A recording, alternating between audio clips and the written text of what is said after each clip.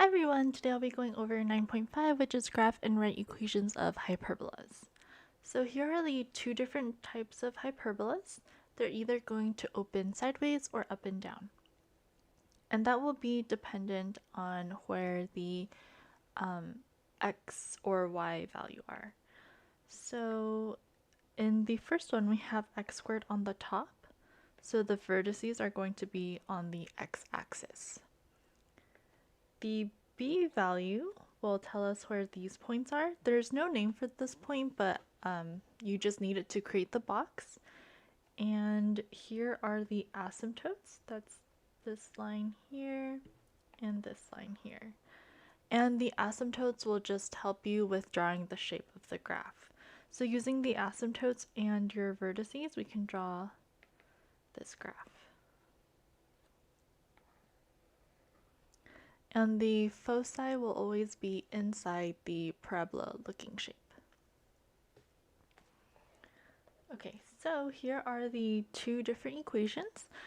We have x squared over a squared minus y squared over b squared equals 1. That's when the hyperbolas are going to open sideways. And the asymptotes are going to be at b over a. So if you remember the equation for slope, that was y2 minus y1 over x2 minus x1. So you could think of this as like y over x. So if we look at the equation and the asymptote, the variable under y was b, so that's why that's on top. And the variable under x was a, so that's why that's on the bottom. So it's always going to be y over x. In the second equation, when y squared is on, or first, we have a squared under y, so that's why a is on top, and b squared under x, which is why b is on the bottom. So again, it's going to be y over x. The vertices are going to be dependent on the a value. A is always going to be the first denominator. So unlike ellipses, you don't have to figure out which one's bigger. It's always just the first one. So in the first case, the x-coordinates change because a is under x, and in the second case, the vertices are going to affect the y-coordinate because it's under y. For the vertices, for the foci, we have to use this equation, c squared equals a squared plus b squared. And the foci are going to be on the same axis as the vertices. So in this first case, it's going to be at plus minus c0, and in the second one, it's going to be at 0 plus minus c. Okay, so in the first couple equations examples, we're going to graph the equation, identify the vertices, foci, and asymptotes of the hyperbola. So looking at number 1, a squared is always going to be the first denominator, so that's 9, and this is a squared. Hold on, I'm going to use a different color. Okay, so a squared equals 9, which means that a equals plus or minus 3. And the a value will always tell us the vertices.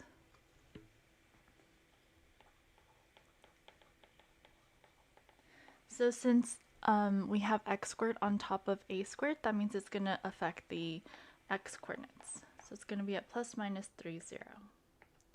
Next, looking at the b squared number. B squared is 36, so that means b equals plus minus 6. There's no name for this point, so I just call it for the box. And since this is under y, it's going to affect the y coordinate. So we have vertices at 3, 0 and negative 3, 0, and I'm just going to put a little v so I remember where the vertices are. And for the box, we have the points 0, 6 and 0, negative 6. And from here, we can create a box.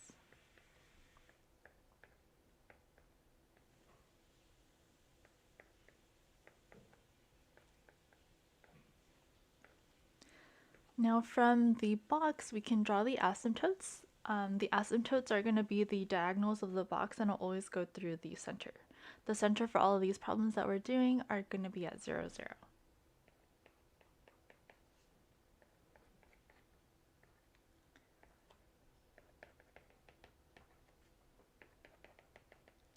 So these pink lines are the asymptotes, and using the point for the vertex and the asymptotes, we can draw our graph. So our vertices are on the x-axis, and we can kind of just like follow the line for the asymptotes to draw the graph.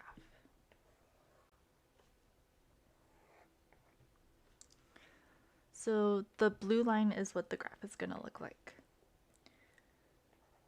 The instructions say to find the asymptotes and the foci.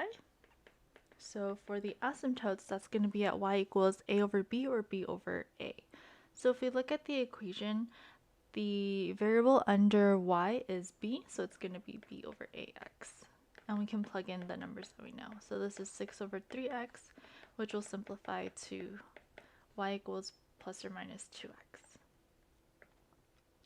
Next, for the foci, we're going to plug in what we know to the equation c squared equals a squared plus b squared. So that's c squared equals 9 plus 36. So c squared equals 45. And then to solve for c, we have to square root both sides. So we get c equals square or plus minus square root of 45. 45 breaks up into 9 and 5, and 9 breaks up into 3 and 3.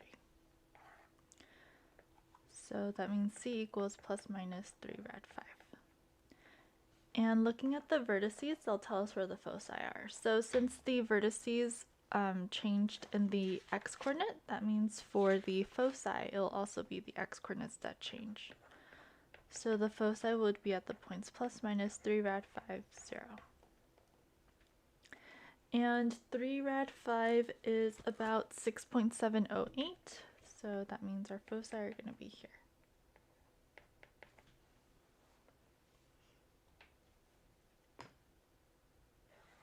Okay, number 2, we have y squared over 49 minus x squared over 121 equals 1.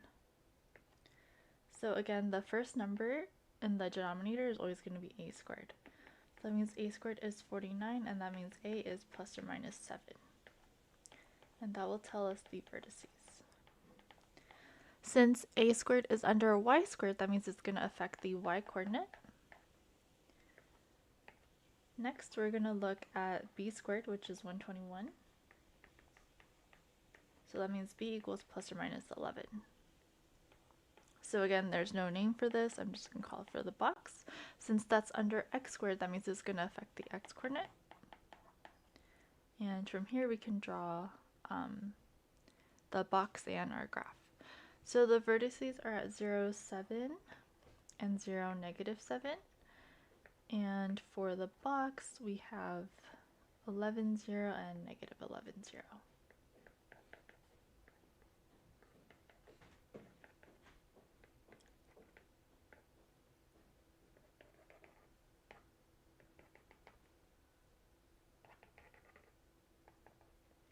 And again, for the asymptotes, it's going to go through the diagonals of our box and through the center.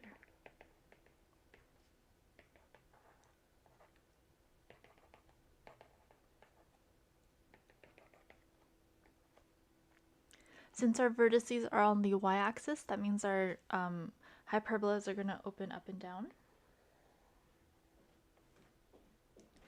And we can use the asymptotes to graph.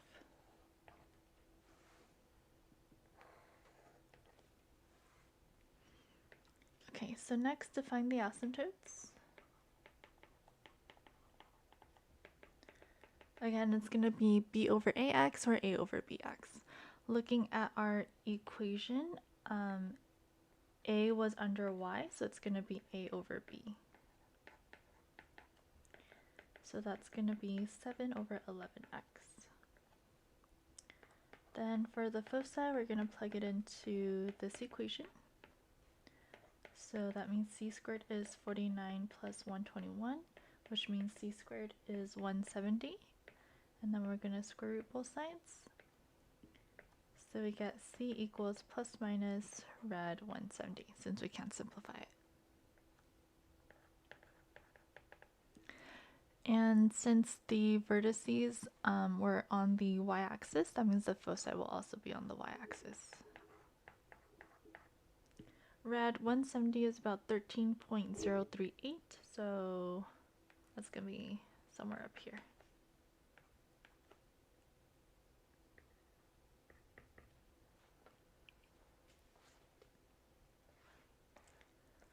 Okay, number 3, we have 25y squared minus 64x squared equals 1600. We want the equation to equal 1, so first we have to divide both sides by 1600. After we do that, we'll get y squared over 64 minus x squared over 25 equals 1. The first denominator is going to be the a value, or a squared value. So a squared is, 64. So that means a is plus or minus 8. And that will tell us the vertices. Since this is under the y, or under y squared, that means it's going to affect the y coordinate. Next, we're looking at b squared, which is this number here. So we get b equals plus or minus 5. And that will tell us the point for the box. Since that's under x, it's going to change the x-axis.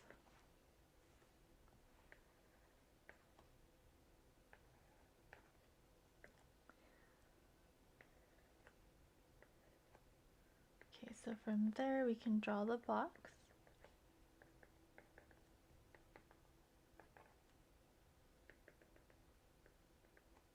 And the asymptotes.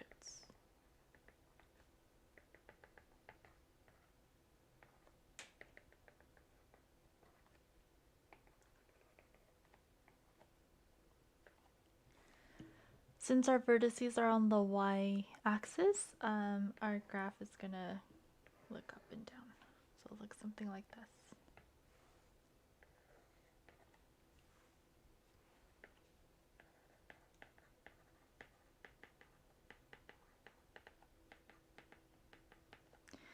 Okay, so looking at our equation, a is under y, so this is going to be a over bx. So that's going to be plus minus 8 over 5x for the asymptotes. Then for the foci, we're going to plug it into this equation to find c.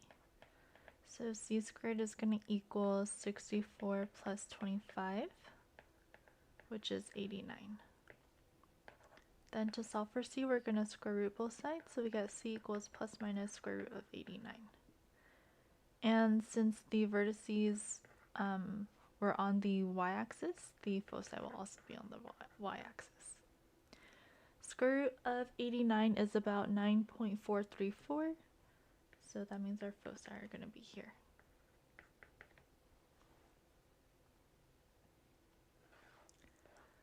Okay, number 4, we have 49x squared minus 100y squared equals 4900. So just like with the previous problem, we have to divide both sides by whatever number is on the right, so that's going to be 4900.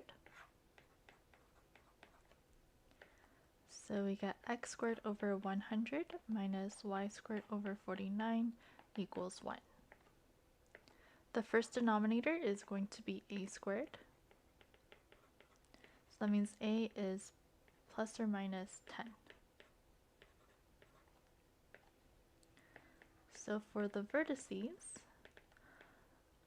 since a is under x, that means it's going to affect the x coordinates. Hold on, I'm just going to move this a little bit. Okay, and then looking at b squared, that's 49. So that means b is plus or minus 7.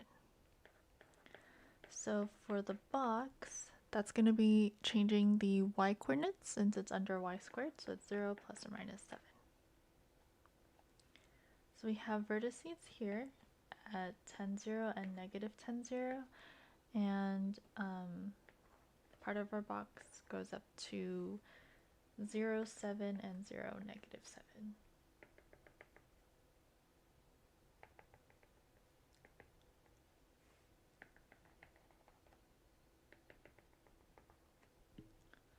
So from here we can draw our asymptotes. So again, they're the diagonals and they'll go through the center, which in this case is 0, 0.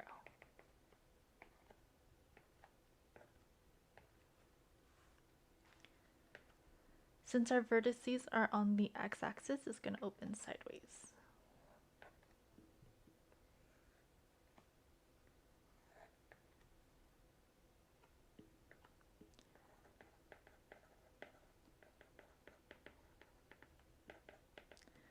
For the asymptotes, if we look at the equation, y is above b, so that means b is going to be on the top. So that's going to be 7 over 10x. And for the foci, we're going to plug it into this equation again. So we get c squared equals 100 plus 49, which is 149. And then we're going to square root both sides. So we get c equals plus or minus square root of 149. Since the vertices were on the x-axis, the foci will also be on the x-axis. And the square root of 149 is about 12.0 or 12.207. So that'll be somewhere here and here. Okay, for the next section, we're going to write an equation of the hyperbola with the given foci and vertices. The foci will always give us the c value. So in this case, c is going to equal 4. So that means c squared is 16. The vertices give us the a value, which is 2. So a squared is 4. But in our equation, we need to find b squared. So we have to plug it into this equation. So that's going to be 16 equals 4 plus b squared. And then to solve for b, we're going to subtract 4. So we get b squared equals 12. And after we find b squared, we can start filling in our equation. So for hyperbolas, there's a minus sign instead of a plus sign. So that's the difference between hyperbolas and ellipses. And the first denominator is always going to be a squared. So in this case, that's going to be 4. And the second denominator is going to be b squared, which is 12. Then we can look at the vertices, and that'll tell us if x is first or y is first. So since the y coordinate changed, that means it's going to be y squared on top. So that means x squared is on top of the other one. For number 6, the foci are at plus minus 5 and the vertices are at plus minus 1, 0. So the foci gives us the c value, so that means c is 5 and c squared is going to equal 25. For the vertices, they'll give us the a value, which is 1, and a squared is also 1. So we're going to plug everything into this equation to solve for b squared. So we get 25 equals 1 plus b squared. And then to solve for b squared, we have to subtract 1. So we get b squared equals 24. Now we have to figure out where everything goes. So in the first denominator, that's always going to be a squared, so that's 1. Second one's going to be b squared, which is 24. Looking at the vertices, the x coordinate changed, so that means it's x squared on top.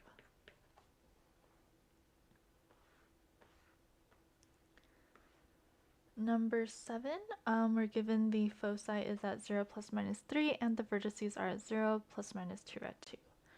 So again, foci gives us the c value, which is 3, and c squared is going to equal 9. For the vertices, they'll give us the a value, which is 2 rad 2, and a squared is going to equal 8.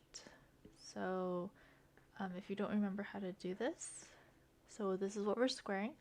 We distribute the squared, so that's 2 squared times rad 2 squared. And the squared and the radical are going to cancel out, so that's just a 2. And 2 squared is 4, so it's 4 times 2, which is 8. so to find b squared, we're going to plug it back into this equation. So that's 9 equals 8 plus b squared. And then to solve for b squared, we're going to subtract 8. So we get b squared equals 1.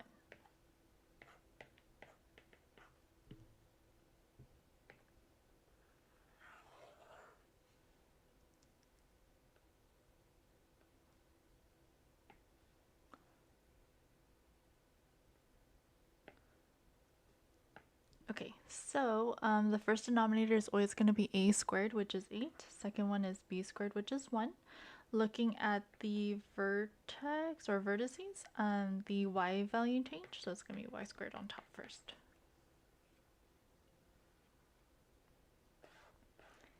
And last one, we're given the foci, which is c, so that's at 10.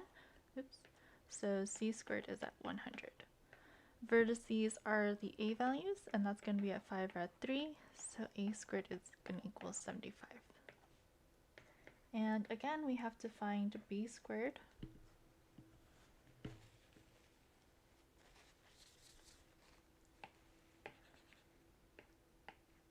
So we're going to plug it into this equation.